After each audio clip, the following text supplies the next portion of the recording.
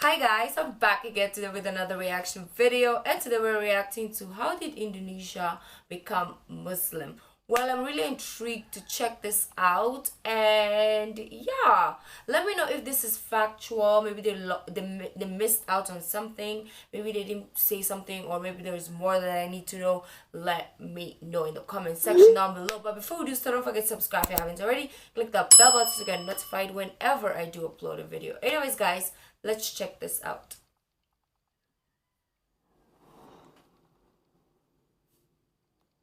What is the country with the largest Muslim population in the entire world?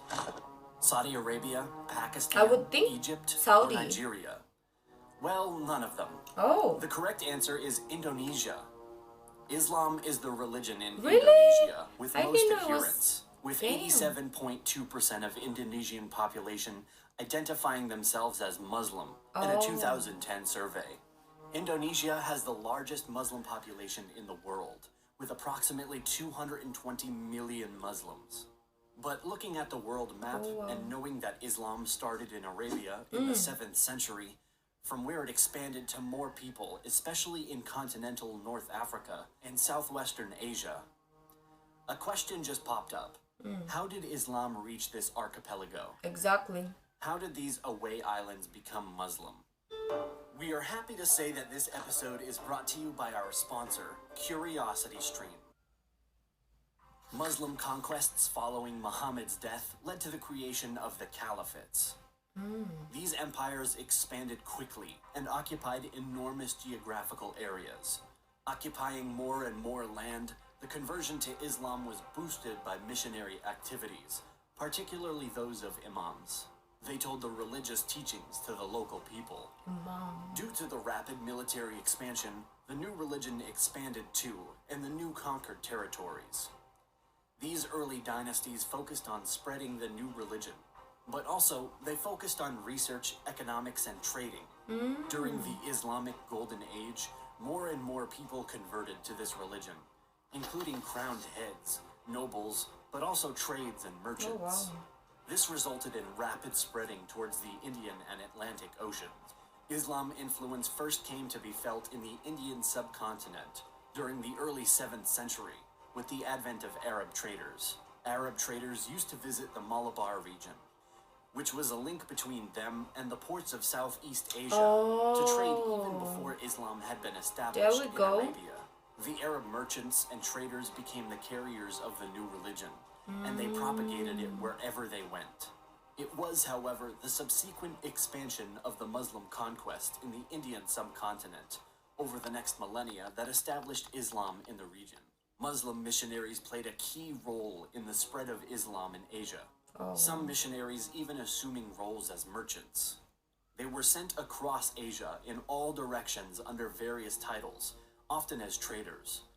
The missionaries were instructed to speak to their potential converts in their own language. Even before Islam was established amongst Indonesian communities, Muslim sailors and traders had often visited the shores of modern Indonesia. Most of these early sailors and merchants arrived from the Abbasid Caliphate's newly established ports of Basra and Dabal. The territory was rich in spices, exotic fruits, and other goods. There is evidence of Arab Muslim traders entering Indonesia as early as the 8th century.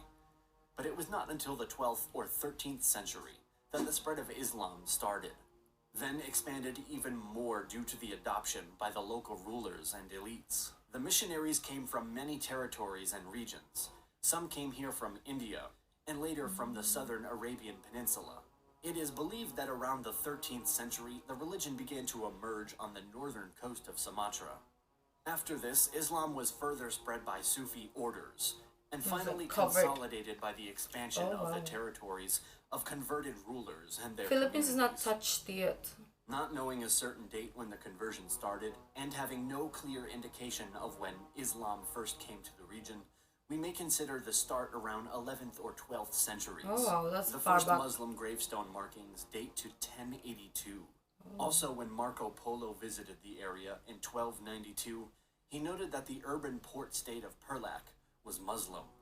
The first evidence of a Muslim dynasty in the gravestone dated 1297 of Sultan Malik al-Saleh. the first Muslim ruler of the Samudra Pasai Sultanate. Chinese sources record the presence of a Muslim delegation to the emperor from the kingdom of Samudra in 1282. The spread of Islam generally followed the trade routes east, through the primarily Buddhist region, and half a century later, in the Malaccas, we see the first dynasty arise in the form of the Sultanate of Malacca, at the far end of the archipelago, formed by the conversion of one Shah into a Muslim, and the adoption of the name Muhammad Iskandar Shah. The spread of Islam among the ruling class was precipitated as Muslim traders married the local women, with some of the wealthier traders marrying into the families of the ruling elite. Indonesian people as local rulers and royalty began to adopt it, and subsequently their subjects mirrored their conversion. The expansion accelerated in the 15th century as the military power of Malacca Sultanate it's like spreading. Look at it. And other Islamic sultanates dominated the region, aided by episodes of Muslim coup, wars and superior control of maritime trading and ultimate markets. By the 14th century, Islam had been established in northeast Malaya, Brunei, the southwestern Philippines, and among some courts of coastal East and Central Java. Excuse me?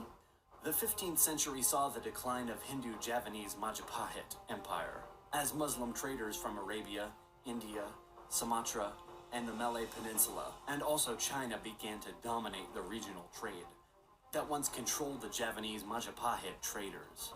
Chinese Ming Dynasty provided systematic support to Malacca. Ming Chinese Zhang's voyages is credited for creating Chinese Muslim settlement in Palembang and north coast of Java. Malacca actively encouraged the conversion to Islam in the region, while Ming fleet activity established Chinese Malay Muslim community in northeast coastal Java, thus created a permanent opposition to the Hindus of Java. The expeditions had established Muslim Chinese, Arab, and Malay communities in northern ports of Java. Dominant Muslim kingdoms were more and more present in the archipelago. I love the art there, though. India's historical inhabitants were animists, Hindus, and Buddhists. And in time, many of them accepted the new religion because Muslim merchants and traders disseminated Islamic teachings. It's very rare to see like a Chinese and their teachings encouraged proselytizing religion. Hindus and Buddhists don't generally proselytize. And Islam is a monotheistic belief system, and it doesn't allow its followers to believe in another god. Being a Muslim created more privileges, benefits, and favorable terms for the local people than being a non-Muslim. Some people needed safety and certainty, so they chose to declare themselves as Muslims. Because Islam made an appearance in Southeast Asia through trade with people of South Arabia and Indian Sufis, the transition was made more peacefully than in the Middle East or North Africa, where existed conflicts. In Indonesia, the process was slower, but was created differently through merchants, elites, and the transition. noble. The presence of monarchy made it easier for the religion to spread among the commoners, just as the presence of Christianity in the monarchy made it easier for the religion to spread in European kingdoms. Meanwhile, in Java Island, the great Hindu Majapahit Empire was collapsing. Some of these new kingdoms were supported by Ming China through assimilation related to trade, royal conversions, and conquest. Islam had supplanted Hinduism and Buddhism as the dominant religion of Java and Sumatra by the end of the 16th century. But many cultural and religious habits from the Hindu-Buddhist era were mostly tolerated and even incorporated into Islamic rituals. Islam didn't obliterate the pre-existing culture. Rather, it incorporated and embedded the local customs and non-Islamic elements among rules. Interesting. I would have never thought about that. Has been considered a major enabler of the syncretism between Islam and other religions. When Europeans came, they brought Christianity to the Muslim majority, but not so many converted, probably due to the fact that in that time, already the accent wasn't put on religion as much as in the 12th or 13th centuries. But this is another discussion.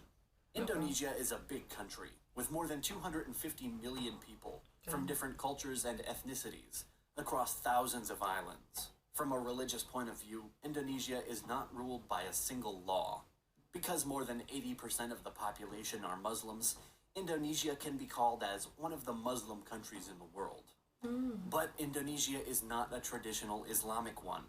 Their constitution does not specifically base on their religion. Okay, and also it contains many values, universal ones, which are also available in Islam as well as in other religions, formulated into what is known as Pancasila, the 5 philosophical pillars of the country. We would like to give special thanks again to Curiosity Stream for sponsoring this video. See you next time. Wow, that was very, very interesting. I would have never thought like Indonesia was like the biggest Muslim country, because you will be thinking of like the Arab countries, not like a Southeast Asian country, to be like the biggest population of Islam. But wow, that was really informative. You have to let me know if that was like facts or like changed, or like there's more to it. You have to give me some context to let me know.